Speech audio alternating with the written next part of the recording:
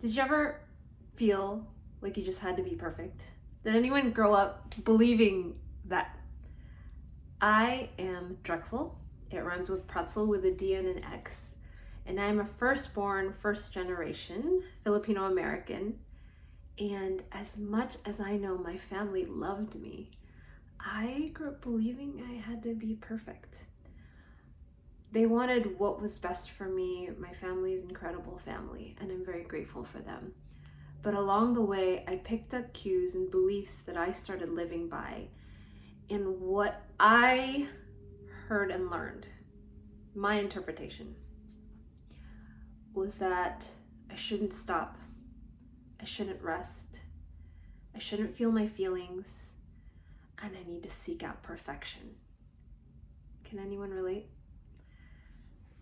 So I grew up wanting to be perfect in everything I did. Not just good enough, the best, top 1%, number one. If it wasn't number one, something was wrong. And I wanted to do everything better. If they said, here, learn 3 piano songs, I learned 20. I strove to push myself.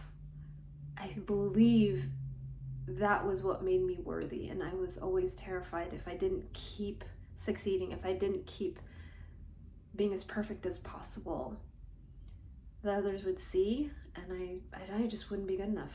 Maybe I wouldn't be loved. And so, when I met my husband, we were high school sweethearts, and we both come from loving but broken homes with our own baggage, and we were so determined, when we get married, our home is going to be different. We are going to be healed, perfect. That's what our home is going to be like. And so we got married and wanted to live out the dream. And it was very apparent very quickly that there was a lot of shit to work on. We wanted to have a baby. I grew up 6th grade. They had this project and they said, what do you want to be when you grow up? And everyone made their little magazines of their careers. I'm going to be president. I'm going to be astronaut. Mine was, I want to be a mom. And I had all these babies and that was my dream life. I wanted to be a mother. And when we got married, it took years to get pregnant. And it was really difficult. And when we had our miracle baby boy, we were so excited, over the moon. And when he was born, a doctor sat us down and he said, your son has Down syndrome. Or he could be Asian, which is another thing I need to process. And why would you say that? Anyway, the geneticist confirmed he had Down syndrome, and the grief that struck, I could still cry to this day. It hit home really hard. I grew up wanting to be number one, the best, always wanting to get the top grades and awards. And then here I have my son, who I've been praying for, this little miracle baby. And all the charts they were telling us, all the list of what's probably going to happen in his life, were pointing to major diseases and limitations and being in the bottom 1% and everything. And that grief really struck home. For my husband, David, he got hit with Bell's palsy. The grief translated physically, and he got facial paralysis, and he had extreme vertigo and nausea, and for a good year he was out. And I found myself at home with a newborn baby with special needs and my husband, who was fairly bedridden for a good year. And so I thought, don't stop, don't rest, don't feel my feelings, seek perfection. So what am I gonna do? I'm gonna make my son the number 1 kid with Down syndrome in the world, the best of the best. I flew in the experts, the therapists, the specialists, just to make sure he's gonna be like normal. He's gonna be the normal one with Down syndrome, the best of the best. And the delays kept coming. He started off super healthy on top of all the milestones, and then he started falling behind. And I was freaking out because no matter how much I was trying, I was doing, it didn't seem to measure up to what I wanted him to be. And after a year of pushing hard between his therapies and work, I snapped. And I developed a clinical panic disorder, and I started getting major panic attacks. Like, I couldn't get up in the morning without it hitting me from the bed, and it was hard to just walk down the hallway, even to like try to make breakfast. And I didn't know how I was going to live through that. It was absolutely terrifying. I tried Xanax after seeing a therapist, and the medication just made it worse. They said, it might take 6 weeks or more. We got to find the right prescription. And I don't know. I felt for me, I didn't want to wait 6 weeks of this. Like, I got to figure something out. And so I started going into therapy. I had a fantastic therapist. I love her so much. And she had learned to get over panic attacks without medication too. So that was something I was eager to learn. And what I had to do to get over the major panic attacks that were debilitating, I had to face my fears. And for the first time in my life, I wrote down this whole list with her guidance of what I was afraid of, what terrified me. And I had to face each one little by little. And slowly I was able to cross things off the list. I was terrified of cooking because I didn't want the oil to splatter me and scar me. I actually have a scar from COVID from cooking anyway. So I learned to cook. I started baby steps. I had to learn to sleep alone at night in the dark, or I had to learn to exercise. I never cared to exercise, never, ever wanted to exercise. Learn to take care of my body and be healthy. Number one fear I had to face was a zombie apocalypse, because my number one fear was zombies. Why anyone thinks that's entertaining, why people pay for that experience is beyond me. But I faced it, and I went with some good friends, and we went to pay for a zombie apocalypse experience. Of course, I was the first one to die, which would happen in a real zombie apocalypse anyway.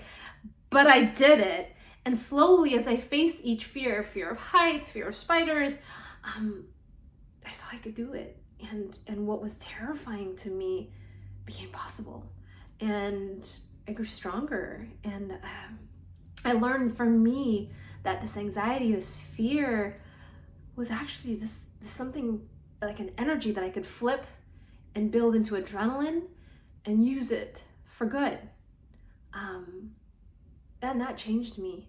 And then my husband, David, went through a transformation as well, and has been since. He has had to face his fears and dealing with his fear of his son, like what is impossible for him, and realizing our son's gonna have to face these impossible things. I have to deal with impossible things for me. So for him, it was exercise.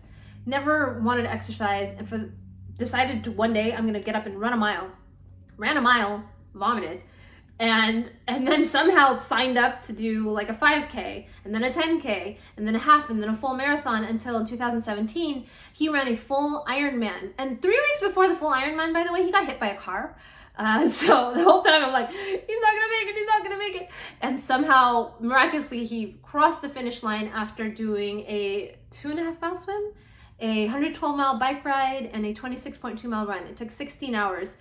And I was exhausted just watching him and following him around. And that was his first Ironman of like, I can do something impossible, my son can too. And it changed us. And then, our son started facing things on his own. He had to face his fears. He had to face some really strong opposition in his life.